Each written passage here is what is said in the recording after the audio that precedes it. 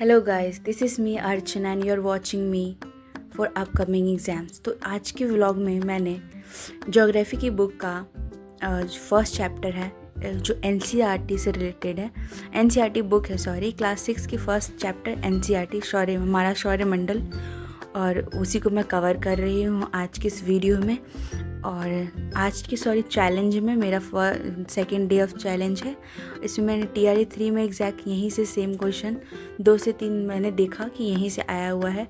जैसे मैंने रीड किया इसे, क्योंकि मैंने पहले PYQs लगा रखे थे, तो जैसे मैंने इसको पढ़ा वैसे ही मुझे लगा कि हाँ, कुछ बेनिफिट्स है 6 और 7 की NCERT पढ़ने का।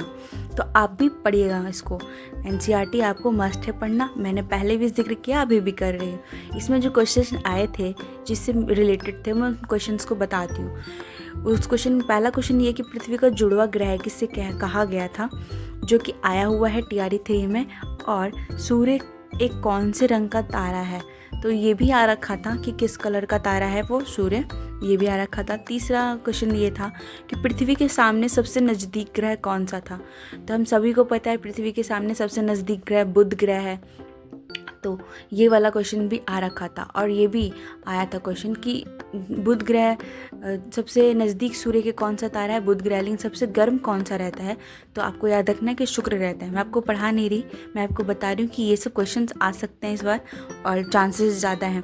फिर क्या बोलते हैं कि फिर से नेक्स्ट मैंने TRE 4 के क्वेश्चंस अटैम्प्ट किए जो आया था। प्रीवियसली जितने भी क्वेश्चन थे मैंने पूरे डिटेल में उसको, जो मैंने दानिश सर की बुक ले रखी थी उस बुकलेट से मैंने किया। TRE 4 का ज्योग्राफी का क्वेश्चंस किए, ताकि मुझे और अच्छे से उसको पता चल सके और अच्छे से मुझे मेरे माइंड में सेट हो सके कि मैंने जो पढ़ा है वो मुझे आ रहा है। उसके एक्सप्लेनेशन जो होता है उसको भी अच्छे से आप पढ़िएगा। मैंने भी पढ़ा। उसके बाद मैंने घटना चक्र बुक के क्वेश्चंस लगाने शुरू किए, जिससे मेरी थोड़ी और प्रैक्टिस हो। दोस्तों देखो, हम लोग क्या करते हैं, हम लोग की वीकनेस क्या होती है कि हम लोग पढ़ते हज़ारों जगह से, बट रिवीजन हम बहुत कम करते हैं, जिससे हमें चीज़ें याद नहीं होती। तो मेरे फीड में आ रहा था ये कि हम पढ़ते तो बहुत हैं पर याद नहीं होता कुछ भी। उसके लिए हम क्या करें? तो उसके लिए कुछ नहीं करना है, आपको बस इतना करना है कि आप पढ़िए कम, कंटेंट कम रखिए, उसको रिवीजन ज़्यादा रखिए। क्योंकि जब रिवीजन ज़्यादा करते हैं तो हमारे पास कंटेंट हो या ना हो उससे कोई मतलब नहीं है। जितना हम रिवीजन करते जाएंगे, जितने क्वेश्चन के थ्रू प्रैक्टिस करेंगे, उतने हमारे माइंड में सेट हो जाएगा। तो आप क्या करिए, रिवीजन ज़्यादा करना है, रिवीजन पे ज़्यादा जोर देना है, पढ़ने पे उतना नहीं, ज़्यादा नहीं। आप 1 टाइम पढ़ रहे हैं तो आप रिवीजन 4 टाइम करिए, लेकिन ऐसा नहीं होना चाहिए कि 4 टाइम पढ़ रहे हैं, रिवीजन 1 टाइम चल रहा है, तो उससे क्या होगा, उससे बस बेकारी होगा। तो आप इस चीज़ का ध्यान रखिएगा। तो आपको पढ़ना या कंटेंट कम रखना है, पढ़ना ज़्यादा है, रिवीजन ज़्यादा करना है, उस पर ध्यान रखिएगा। एंड यस, सब लोग चाहते हैं कि मेरे अच्छे नंबर आए। बहुत जगह से बहुत लोग क्वेरी कर रहे थे कि दी आप तो बोल रहे थे कि आप इम्पोर्टेंट अपना जो भी वो है, जितना हमारे टॉपिक से जो जिसका वेटेज ज़्यादा है वो पढ़ना चाहिए। पर हमें आप बताइए कि वेटेज किसका कितना है, किस टॉपिक से कितना आ रहा है, हमें कौन सा टॉपिक, अगर जो हम ज्योग्राफी पढ़ रहे हैं तो किस टॉपिक को पहले उठाएं कि हम पढ़ सकें। तो उसके लिए मैं एक सेपरेट वीडियो बनाऊंगी जिसमें मैं बताऊंगी कि किस टॉपिक को सबसे पहले पढ़ना है और किस टॉपिक का वेटेज ज़्यादा है, किस सब्जेक्ट, जैसे हिस्ट्री हो गया तो उनमें से कौन सा टॉपिक पहले उठाए कि हमें लगभग 4 से 5 क्वेश्चन आता हो उसमें से। ऐसा नहीं हो कि हम लोग किसी टॉपिक को टाइम दे रहे, ठीक है एग्जाम में आया है लेकिन वो टॉपिक से सिर्फ एक ही क्वेश्चन आया है और उसको हम लोग 10 घंटे से पढ़ रहे हैं, 11 घंटे से पढ़े, नहीं। उस जो क्वेश्चन कम आए जिस टॉपिक से, उस टॉपिक पे कम ध्यान देना है, उतना नहीं, पूरा जोरदार मेहनत नहीं करना है। तो आपको जैसे कि किसी के टॉपिक से, जैसे इंडियन नेशनल कांग्रेस है, उससे क्वेश्चंस ज़्यादा आते हैं अधिकतर, तो उस टॉपिक को पहले कवर करना। तो ये जो टॉपिक्स है जिसका वेटेज है, कौन सा टॉपिक पहले पढ़ना है, वो उसके लिए मैं एक सेपरेट वीडियो ला दूँगी। अगर आप लोग कहिएगा तो मैं उसका सेपरेट बताऊँगी कि कौन, जैसे हमारा ज्योग्राफी सब्जेक्ट है तो उसका कौन सा मेन टॉपिक है, और जो मेन टॉपिक भी है उसमें से वेटेज उस टॉपिक का कितना है, और उस टॉपिक को हम किस टॉपिक से शुरू करें, दैट इज़ इट। तो हम उसको करेंगे। तो हमें क्या करना है, मल्टीपल जगह से रिवीजन करना है, पढ़ना कम जगह से है, कंटेंट हमें कम रखना है। ये चीज़ आपको दिमाग में सेट कर लेना है। हमको कम कंटेंट में ज़्यादा पढ़ाई कैसे होगा, और ये बहुत ज़्यादा प्रोडक्टिव होता है। आप किसी भी यूट्यूबर जो हमारे टीचर हैं यूट्यूब पर पढ़ाते हैं, उन सब का एक ही मेथड चलता है। वो 30-40 क्वेश्चन या 50 क्वेश्चन, मैराथन भी आप देखते होंगे तो आपको वो पैसिवली नहीं पढ़ाते होंगे कि बुक्स उठा के आपको छाप के पढ़ा रहे हैं कि ये नहीं, वो क्वेश्चंस लेके आते हैं कि किस तरीके टाइप के क्वेश्चंस बन सकते हैं। तो आप खुद देखिए कि क्वेश्चन की कितनी वैल्यू है। बड़े बड़े टीचर्स यूट्यूब पे क्वेश्चंस प्रैक्टिस करवा रहे हैं। आप जो यूट्यूब पे 50 क्वेश्चन करिएगा, उस यहाँ पे अगर जब अपने आप से बुक से क्वेश्चन अटैम्प्ट करिएगा तो 100-150 क्वेश्चन भी लगा सकते हैं। तो आप कोशिश करिए कि आप बुक से क्वेश्चन ज़्यादा करिए, क्वेश्चन ज़्यादा अटैम्प्ट करिए। मेरा तो यही मानना है कि क्वेश्चन ज़्यादा अटैम्प्ट करने से हमें वो टॉपिक ज़्यादा अच्छे से क्लियर होता है। और लगभग यूट्यूब पे सारे टीचर्स यही करते हैं। वो किसी भी टॉपिक जैसे 18, 15, 7 रिवॉल्ट हो गया, उसके लिए वो सिर्फ टॉपिक्स पढ़ाते नहीं हैं, वो एक कहते हैं क्वेश्चंस, उसके ऊपर जितने क्वेश्चंस बन सकते हैं उस क्वेश्चन को लाते हैं।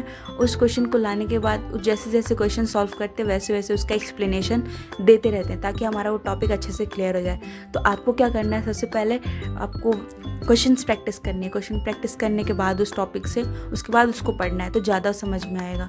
सेम जैसे कि किसी को कहते हैं लूसेंट मुझे बहुत हैवी लगता है पढ़ने में, मुझे ऐसा लगता है कुछ समझ में ही नहीं आ रहा। अरे आएगा समझ में, आप कोशिश तो करो।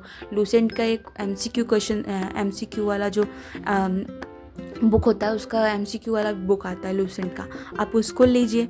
आप अगर जो 18, 15, 7 का रिवॉल्ट का आप पढ़ रहे हैं उससे, तो अब पढ़ने से पहले आप उसके 18, 15, 7 का रिवॉल्ट का जो लूसेंट की MCQ वाली बुक है उससे पढ़िए, पहले उसको लगाइए। उसको लगाने के बाद अब लूसेंट पढ़िए। आई होप उसको आपको बहुत अच्छे से समझ में आएगा, क्योंकि एक सिंपल मेथड है जो आजकल सभी लोग कर रहे हैं।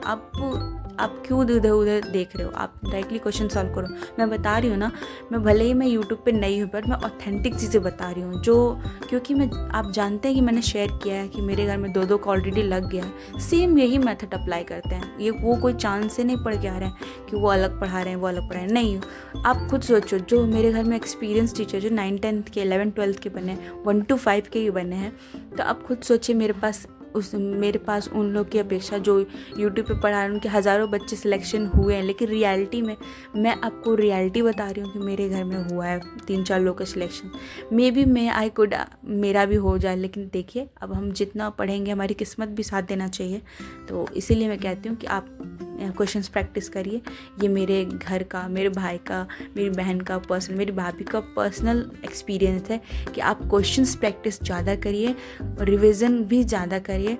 4 टाइम रिवीजन रखिए। अगर आप पढ़ रहे हैं तो कंटेंट को जितना कम रखिएगा उतना बढ़िया रहेगा, आप ज़्यादा पढ़ पाएंगे। ज़्यादा हौच पौच के चक्कर में क्या होता है, सब कुछ छूट जाता है। तो हमें सब कुछ छोड़ना ही क्यों है, हमें पूरा चीज़ लेके चलना है। एंड यस, ऐसा नहीं है कि आप नहीं कर सकते हैं।